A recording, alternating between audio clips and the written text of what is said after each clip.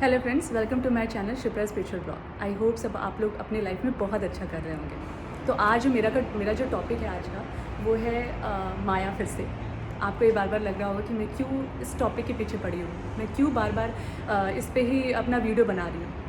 पहले मैंने जो लास्ट वीडियो बनाया था उसमें मैंने कुछ आर्टिफैक्ट्स भी आपको बताए थे, कुछ एग्जांपल्स दे के बताया था कि वो एग्जैक्टली है क्या और वो एनर्जी क्या है और कैसे आपकी लाइफ में काम करती है।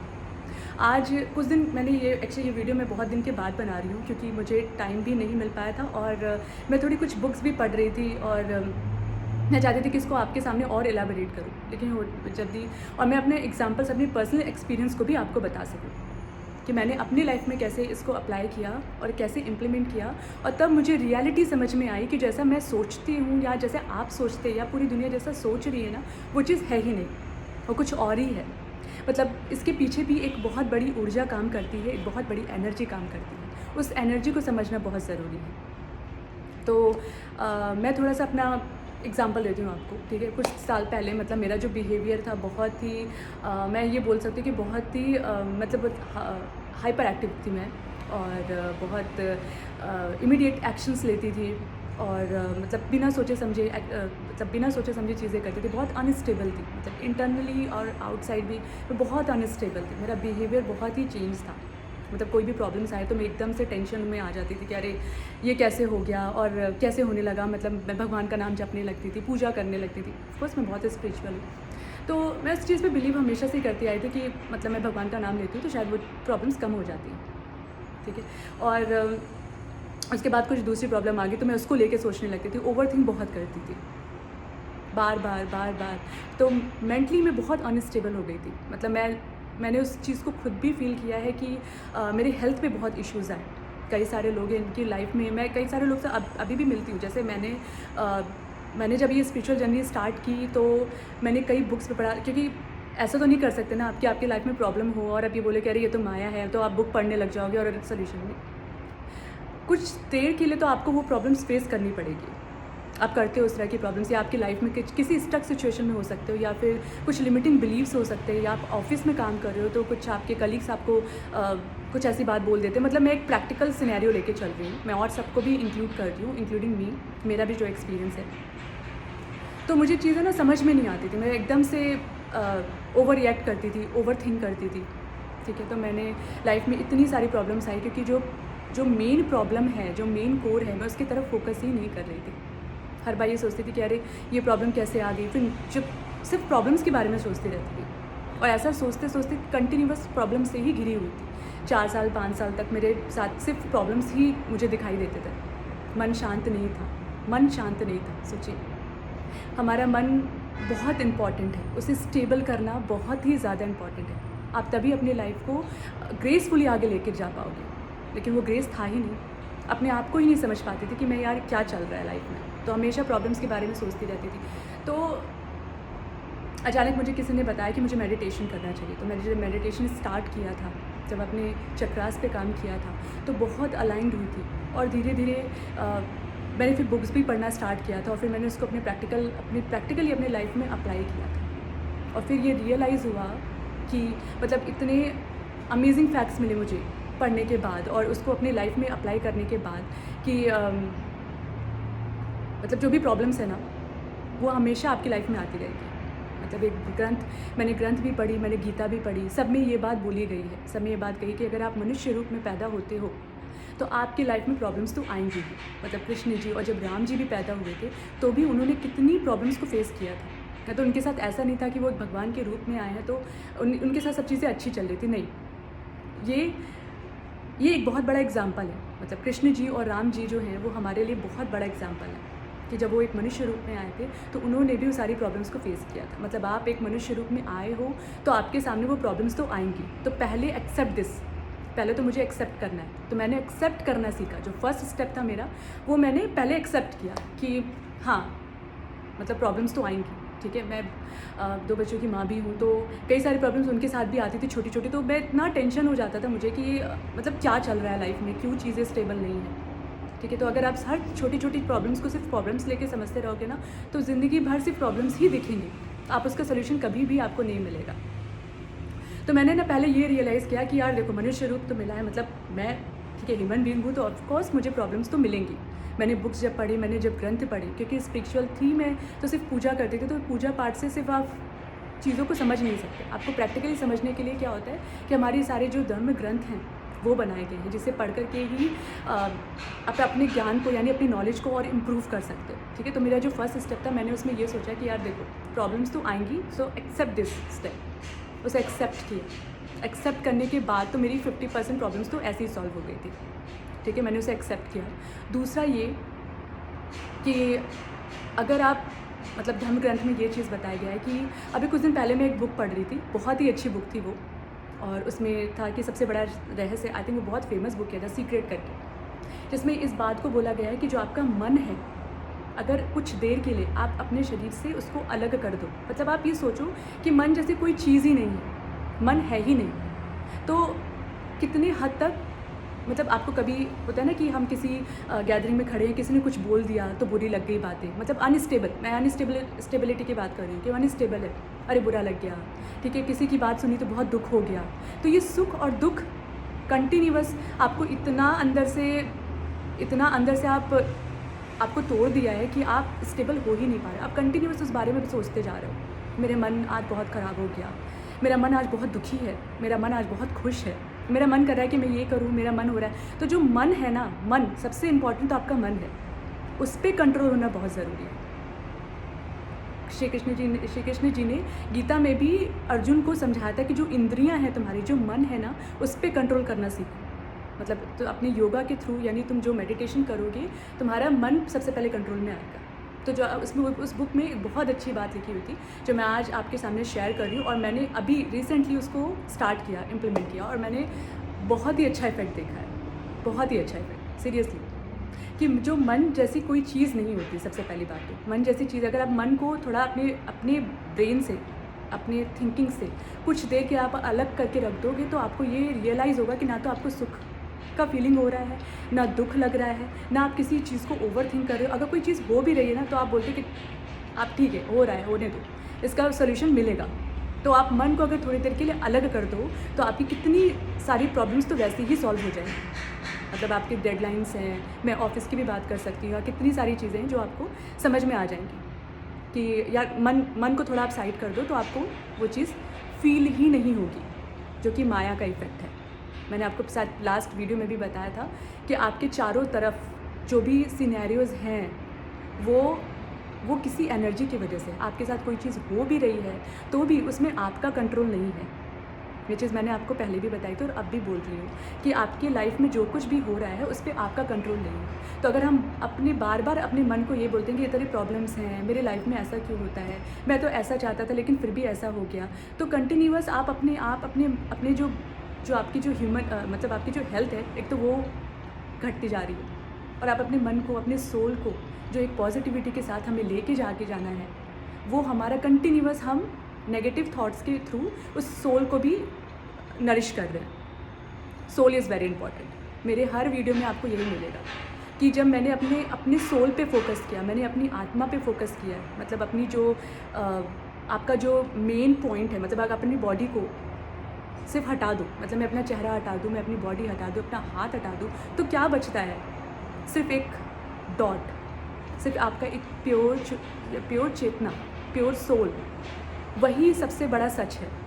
आपकी प्रॉब्लम्स, आपका मन, ये सच नहीं है। इसे एक्सेप्ट कीजिए कि ये सच नहीं है। ठीक है, उस माया की दुनिया से अगर आप बाहर आओ, बैठ के 1-1.5 घंटे थोड़ी देर के लिए शांत होकर के सोचोगे कि यार लाइफ में जो कुछ भी हो रहा है उस पर एक तो आपका कंट्रोल ही नहीं है, तो वो सोचना ही नहीं है। ठीक है, तो कंट्रोल आपका किस पे है? आपके कर्म पे है, आपकी प्योर चेतना पे है। आप जितना पॉजिटिवली उसको नरिश करेंगे, आप अपनी लाइफ में उतना ही ग्रोथ मिलेगी आपको।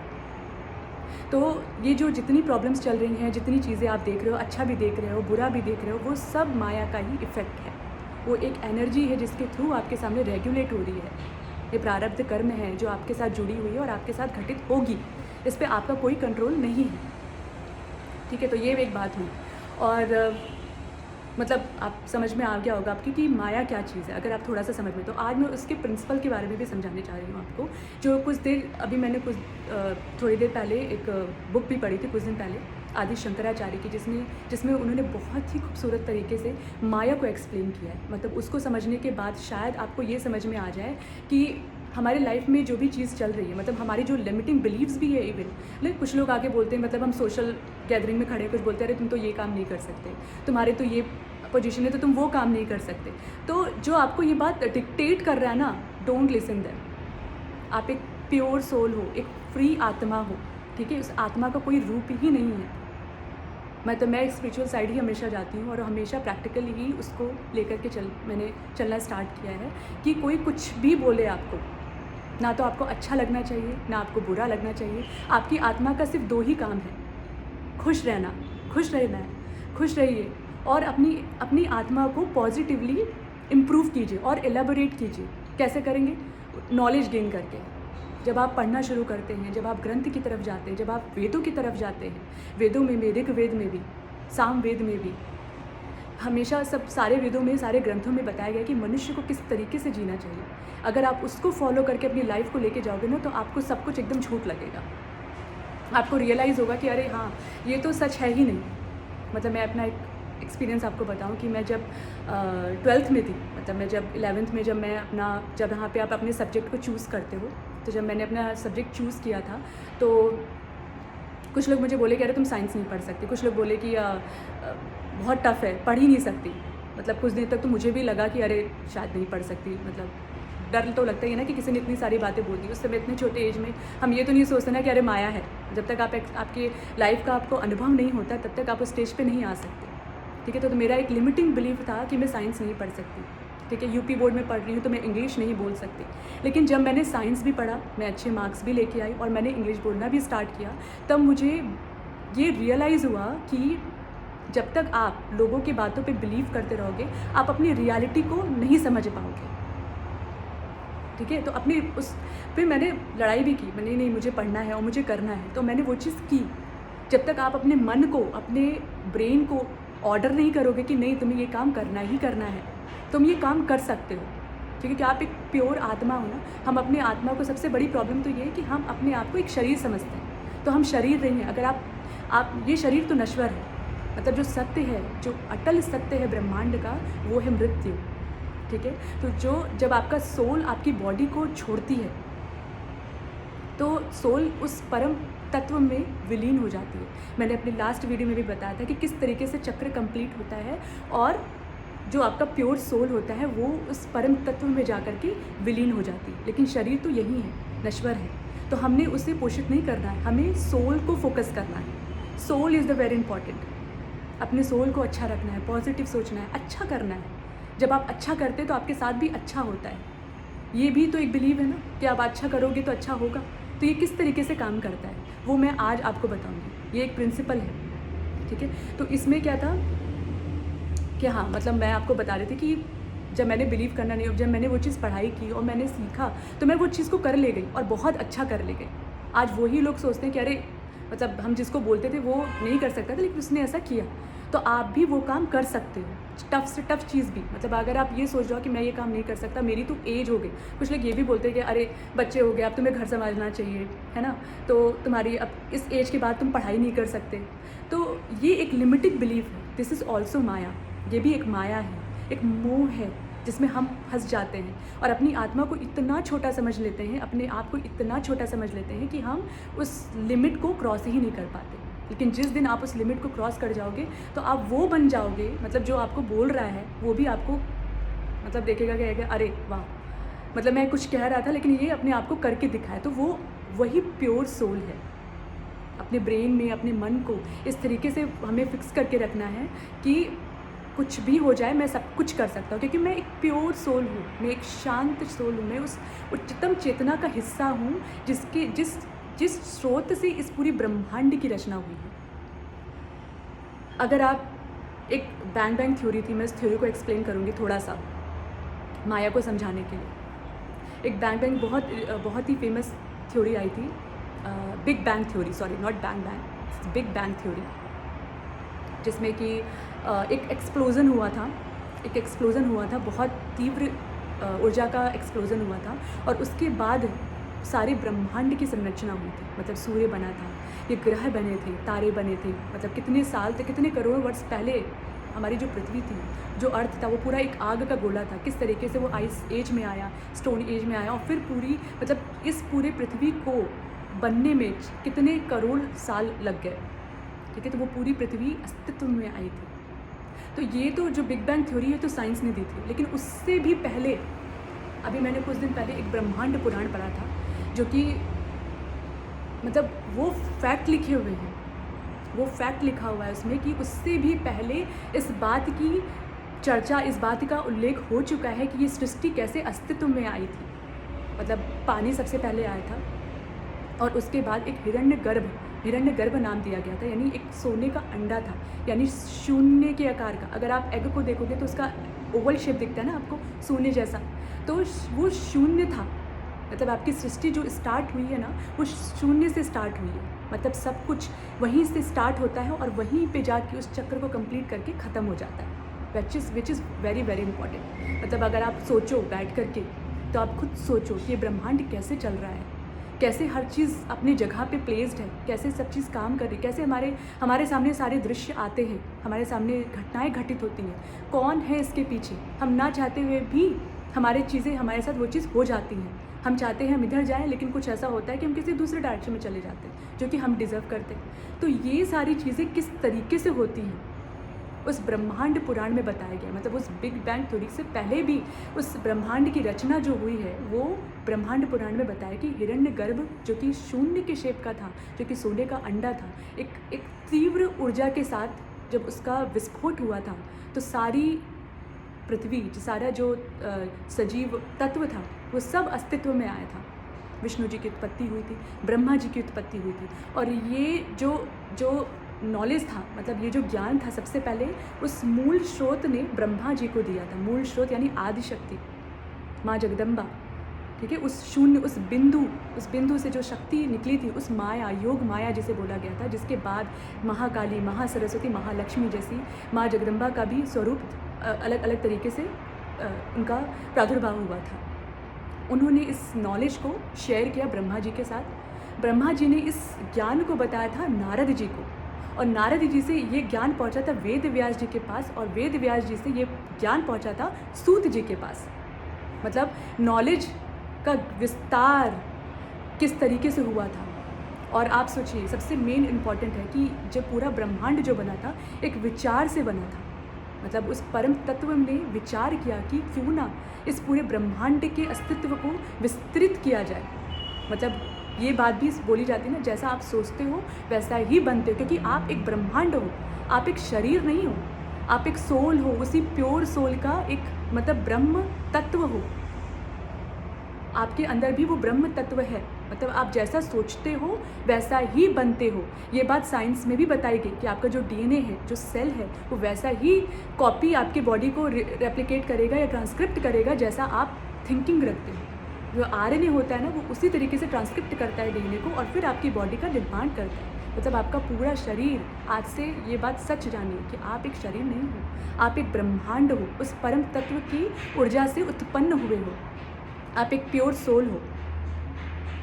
तो जैसा इस विचार के थ्रू, जब उन्हें विचार से पूरे ब्रह्मांड का विस्तार हुआ। मतलब आप सोचो, आप अपनी सोल का काम ही यही है, खुश होना और विस्तार करना। विस्तार कैसे करोगे आप? ज्ञान लेके, अपने विवेक को यूज़ करके, अपनी बुक्स को पढ़ के, अपनी ग्रंथ को पढ़ के, अपनी लाइफ में इम्प्लीमेंट करके आप अपने ज्ञान को विस्तार कर सकते हो। जो लोग बोलते हैं लिमिटिंग बिलीफ कि अरे इस एज के बाद ये नहीं कर सकते, तुम ये नहीं सीख सकते, तुम्हारे अंदर वो क्वालिटी नहीं है, that is the limiting belief. ये माया है, ये माया है। इसे समझना बहुत ज़रूरी है। ठीक है, तो इस माया को आप तोड़ कैसे निकालोगे? ये समझ के कि आप एक प्योर सोल, और समझना नहीं है, ये रियलिटी है, ये फैक्ट है। ब्रह्मांड पुराण में पहले ही इस बात का उल्लेख हो गया था। उसके बाद बिग बैंग थ्योरी आई थी कि सारी जितनी भी संरचनाएं हुई है वो एक प्योर सोल से हुई है और उनके विचार से हुई है। जैसा आप सोचोगे वैसा ही आप बनोगे। आप हर बार ये सोचोगे कि मैं छोटा हूँ, मैं छोटा हूँ, तो पूरी ज़िंदगी आप छोटे ही रहोगे। लेकिन उस छोटी सी सोच से आप अपने आप को बहुत आगे लेकर के जा सकते हो। मेरे वीडियो बनाने का एक ये मेन पर्पस यही है कि सोच जो है ना, छोटी सोच, उसको साइड में डाल दीजिए। जो भी ये बोले नहीं सुनना है। मैं एक प्योर सोल हूँ, मैं एक शांत सोल हूँ, मैं एक खूबसूरत सोल हूँ जिसका काम ही है खुश होना और विस्तृत होना। आदि शंकराचार्य का आज मैं आपको एग्जाम्पल देती हूँ। मैंने भी कुछ दिन पहले उनकी बुक पढ़ी थी, विवेक चूड़ामणि और अद्वैत वेदांत, जो उनकी बहुत ही खूबसूरत बुक है और बहुत ही खूबसूरती के साथ उन्होंने माया को एक्सप्लेन किया है। मतलब हम लाइफ में आएगा तो हम ये तो नहीं बोलेंगे कि भाई माया है, ठीक है, प्रॉब्लम्स आई तो हम बुक पढ़े, लेकिन इस बुक को पढ़ने के बाद अगर आप अपनी लाइफ में इसको इम्प्लीमेंट कर दो तो कितने हद तक आप अपने आप को कितने ऊपर लेके जा सकते हो और सारे लिमिटिंग बिलीफ को तोड़ सकते हो। तो आदि शंकराचार्य जी ने बताया था कि जो माया है वो ईश्वर की पराशक्ति है, जिसे समझना इतना कठिन है, अत्यंत कठिन है, जो अनिर्वचनीय है, उसे समझाया नहीं जा सकता। मतलब वो सत्य भी है और असत्य भी है। वो देह मतलब उन सत्य और असत्य मैं आपको एक एग्जांपल से समझाऊंगी, ठीक है। तो सत्य भी है और असत्य भी है। सत्य कैसे? आपके सामने चकाचौंध की दुनिया है, कोई ग्रोथ कर रहा है, कोई बड़ी पोजीशन पे है, किसी के पास बहुत पैसा है, किसी के पास बहुत बंगला है, तो ये सत्य तो दिखता है, ये माया है, वो आपका नहीं है। हम उसी सत्य की वजह से हमारे अंदर अहंकार आता है कि ये मेरा है, मैंने किया, वो अहंकार सत्य है। लेकिन जब आपके ऊपर ज्ञान का प्रकाश आता है, मतलब जब आपको रियलिटी, जब आप अपने आप को सोल समझ पाते हो, जब आप अपने आप को एक बार समझ जाते हो कि आप उस ब्रह्म तत्व के हिस्से हो, उस परम स्रोत का हिस्सा हो, तो आपको वही चीज़ असत्य लगती है, वो आपको असत्य दिखाई देती है। तो जो माया है वो सत्य भी है और असत्य भी है। असत्य जैसे ही आपके ऊपर ज्ञान, जब आपको ज्ञान, आदि शंकराचार्य जी ने भी इस बात पे बहुत जोर दिया है कि हम अपने आप को एक शरीर ना समझें। ये पूरी दुनिया, पूरी सृष्टि, जो ये दुनिया चल रही है आपके सामने, वो एक सपना है, वो एक माया है, वो ईश्वर की पराशक्ति है, आपके ऊपर उसका आवरण है। फिर उन्होंने माया को 3 गुणों में विभाजित किया, यानी सतगुण, रजोगुण और तमोगुण। तो जो तमोगुण और रजोगुण है वो आपका अहंकार, ईर्ष्या, लोभ, क्रोध, आपका आलस्य, जो कि तमोगुण और रजोगुण है, जो कि आपके ऊपर एक आवरण डाल देता है। सत्वगुण क्या है? सत्वगुण वो है जब आप अपनी लाइफ को उस ग्रंथ के हिसाब से चलाते हो। मतलब आप ये सोच के कि मुझे अच्छा करना है, जो मैं सीख रहा हूँ उसको दूसरों को सिखाना है, लोगों के साथ में पॉजिटिव रिलेशन रखना है, खुद भी पॉजिटिव सोचना है, खुद भी आगे बढ़ना है और दूसरों को भी आगे बढ़ाना है। कोई मेरे घर आए तो उसको अच्छे से रिस्पेक्ट करना है, अपने बड़ों को रिस्पेक्ट करना है, अपने छोटों के साथ में अफेक्शन करना है। तो ये ग्रंथ में सिखाया गया है कि आपको इस तरीके से अपनी ज़िंदगी को जीना है। वो होता है सत्व गुण। तो वो उस गुण तक कैसे पहुँचेंगे आप? अपने आप को विस्तृत करके, अपने सोल को और ज्ञान दे करके आप उस सत्य गुण तक पहुँचोगे। उन्होंने बताया, आदि शंकराचार्य जी ने बताया था कि जो माया है उसकी 2 शक्ति है। मतलब जो माया है वो 2 शक्ति के साथ काम करती है। पहला होता है आवरण शक्ति और दूसरा होता है विक्षेप शक्ति। आवरण शक्ति क्या है? आवरण मतलब कि कवरेज, मतलब कवर कर लेना। मतलब आपका जैसे एक छोटा सा बादल हमारे सूर्य को ढक लेता है, आवरण, और जैसे ही सूर्य का प्रकाश आता है, जैसे ही वो बादल हटता है तो सूर्य का प्रकाश फूटता है। उसी तरीके से मतलब आपके चेहरे पे आपके अहंकार का एक आवरण है। मैं शरीर हूँ, ठीक है, मैंने ही सब कुछ किया है, ठीक है, मुझे अपने शरीर को अच्छा देना है, अच्छा खाना है, ठीक है, हम अच्छा खा रहे हैं, अच्छा पहन रहे हैं, लोगों के बारे में नहीं सोचे, तो वो एक आवरण शक्ति है आपके ऊपर। विक्षेप शक्ति क्या है? मैं आपको एक एग्जांपल दूंगी छोटा सा। जैसे फॉर एग्जांपल आप किसी अंधेरे में एक रस्सी को देखो तो अंधेरे में वो आपको एक सांप जैसा दिखता है, पर जैसे ही आपने लाइट ऑन की तो आपको रियलाइज़ होता है कि ये सांप नहीं था, ये वो रस्सी है। तो उन्होंने उस बुक में इसका एग्जाम्पल दिया है कि वो विक्षेप शक्ति है। आपका जो मन है वो पूरी तरीके से भ्रम में आ जाता है। मतलब भ्रम क्या है? विक्षेप शक्ति है, वो पूरी तरीके से विक्षेप में आ जाता है। और आवरण शक्ति कंटिन्यूअस, मतलब जो तमस, आपका जो तमस गुण है और जो रजोगुण है वो आवरण शक्ति के साथ ही काम करती है। मतलब अहंकार होना, क्रोध होना, ईर्ष्या, वो एक आवरण है आपके ऊपर, जो कि विक्षेप शक्ति के साथ हमेशा आपकी लाइफ को डाबाडोल रखती है। जब आप सत्व गुण में आते हो, जब आप अपने सोल को और ज्ञान देते हो, उसको और प्रकाश में लेकर के आते हो, तब आपको रियलाइज़ होता है कि जो कुछ भी हो रहा था वो उसमें मेरा कंट्रोल नहीं था। मेरा कंट्रोल है सिर्फ मेरे कर्म पे।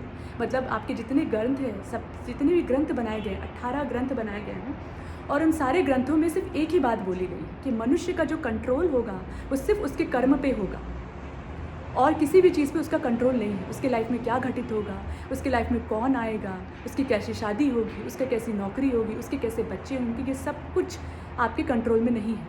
किसी का कैसा फेस होगा, ठीक है, तो ये सब चीज़ आपके कंट्रोल में नहीं है। ये सब एक उस ऊर्जा के थ्रू हो रही है, एक ऊर्जा के स्रोत, जो स्रोत है, मेन ऊर्जा का जो स्रोत है, उसके थ्रू ही ये सारी ज़िंदगी, ये पूरा ब्रह्मांड को संचालित किया जा रहा है। मतलब आप ये कह सकते हैं कि आपके सामने जो ब्रह्मांड का जो एक वाइट होल, मतलब जो बिग बैंग थ्योरी हुई थी उसको बोला था वाइट होल, यानी E = mc² का फॉर्मूला दिया था, माने उसके विस्फोट से सारे पदार्थों का विस्तार हुआ था। और जो ब्लैक होल होता है वो वही अंतिम बिंदु है जिसमें कि पूरा जब सृष्टि ख़त्म होगा तो वो उसी में समाहित हो जाएगा जाके। तो क्या मेरा उस पर कंट्रोल है? नहीं। हमारा किस पे कंट्रोल है? हमारे कर्म पे। तो उस पर हमारा कंट्रोल नहीं है। वो ब्लैक होल जो है ना, वो आपका अंतिम बिंदु है, वही आदि शक्ति है, वही पराशक्ति है, वही योग माया है, वही उस मूल स्रोत जिससे ऊर्जा निकलती है, वो ऊर्जा ही आपको कंट्रोल करती है, आपकी लाइफ को संचालित करती है। सुबह से उठने लेके तक शाम तक सब कुछ आप उसी ऊर्जा पे काम कर रहे हो, उसी ऊर्जा के थ्रू ही प्रकृति उनकी ऊर्जा।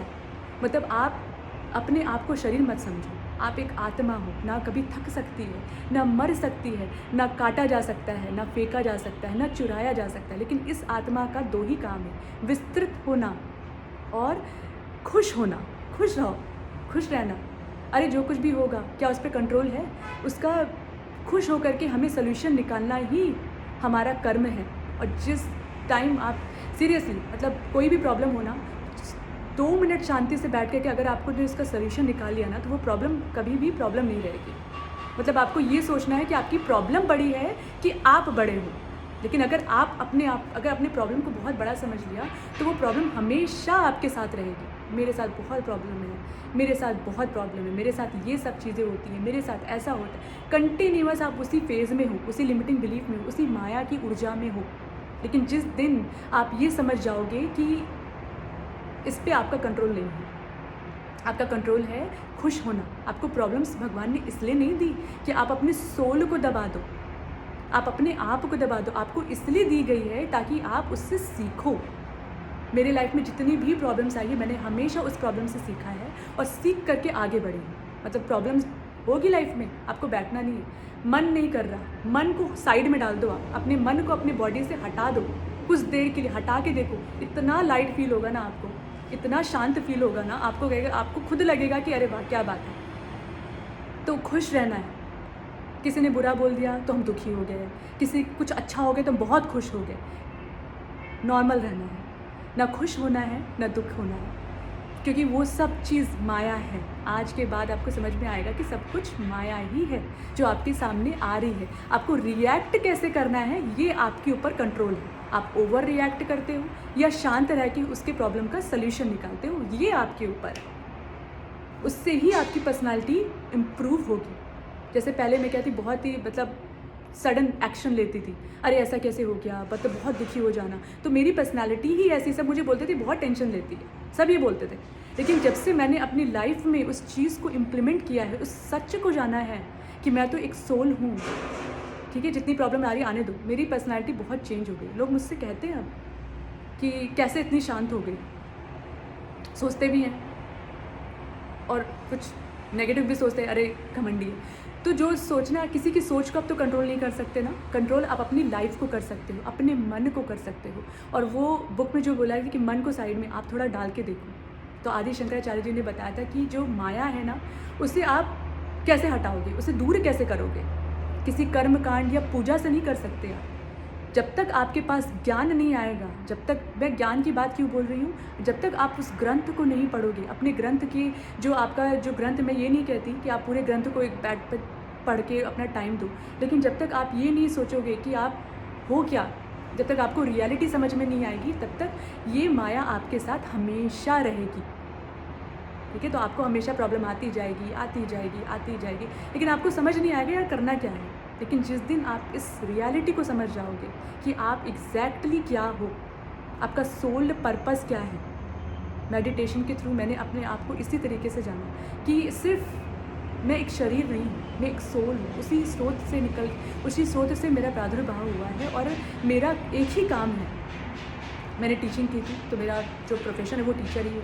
तो इसलिए मैंने ये वीडियो बनाना, इसलिए मैंने ये चैनल स्टार्ट किया कि मैं जो भी नॉलेज गेन किया है अपने एक्सपीरियंस के थ्रू, कुछ बुक्स पढ़ के और उस बुक्स को अप्लाई करके मैं दूसरों को भी बता सकूँ, ताकि आप अपने लाइफ में अप्लाई करके उसके इफ़ेक्ट को देख सकें। और आदि शंकराचार्य ने बताया था कि जब तक आपके पास ज्ञान नहीं आएगा आप उस माया को काट नहीं सकते, आपकी माया वो जाएगी ही नहीं। तो आपको ज्ञान कि आप अपने आप को ना एक उस परम ब्रह्म, परम सत्य, जो शिव शक्ति है, जो आदि शक्ति है, जो उस शून्य से स्टार्ट होती है और उसी शून्य में विलीन हो जाती है। मतलब अगर आप 7 चक्रास के बारे में भी पढ़ोगी तो भी, मैं नेक्स्ट वीडियो उस पर ही बनाऊँगी, तो भी आप उसमें आपको रियलाइज़ होगा कि वो भी एक शक्ति के थ्रू संचालित होती है और उसी शक्ति के थ्रू वो ख़त्म होकर उसी विलीन में हो जाती है। जब हम पूरा चक्र कंप्लीट करते हैं, अपना कर्म चक्र, तो उसी बिंदु में, उस ब्लैक होल में, वो ब्लैक होल कुछ और नहीं है, वो पराशक्ति है, वो बिंदु है, अंतिम बिंदु जिसमें हमें जाके मिलना है। और यही सत्य है, यही सच है। तो ये बिलीव जब तक आपके अंदर क्रिएट नहीं होता, इस बिलीव को आप जब तक एक्सेप्ट नहीं करते, तब तक आप उस माया की दुनिया में हमेशा रहोगे। मेरे पास ये नहीं है, मेरे पास वो नहीं है, मैं ये नहीं कर सकता। कुछ एज के बाद कुछ लोग बोलते हैं अरे बच्चे हो गए, घर संभालो। That is the limiting belief, that is also maya. ठीक है, मेरी फैमिली है, मेरा रिलेशन है, रिलेटिव्स ऑल्सो, मतलब वो आपकी हेल्प तो नहीं कर रहे, लेकिन वो आपके रिलेटिव है, आप उन्हें समझ रहे हो, वो मेरा रिलेशन है। तो जब आप फर्स्ट चैप्टर पढ़ोगे महाभारत, मतलब गीता में, जब कृष्ण जी ने अर्जुन को खड़ा किया था बीच में और दिखाया था कि देखो ये तुम्हारे सारे सगे संबंधी हैं, तो ये तुम्हारे नहीं हैं, वो मैं ही हूँ, इसमें कुछ भी तुम्हारा नहीं है। भगवान ने हमें सगे संबंधी इसलिए दिए हैं कि आपका उनके साथ अच्छा रिलेशन हो, एक प्यार का रिलेशन हो, आप उसे मेंटेन कर सकें, लेकिन उसमें आपकी आसक्ति नहीं होनी चाहिए, उसके साथ आपका अटैचमेंट होना वो गलत है। और अटैचमेंट के बाद हम अपने कर्म को भूल जाते हैं और कर्म नहीं करते, जिसकी वजह से हमेशा उस दुख में पड़े रहते हैं, मतलब अपने शरीर को, अपनी आत्मा को सुख और दुख के बीच में हमेशा तोलते रहते हैं। आई होप आपको ये वीडियो बहुत अच्छा लगा होगा। अगर पसंद आया तो please comment in the comment box, like and share. Thank you so much. जय श्री राम।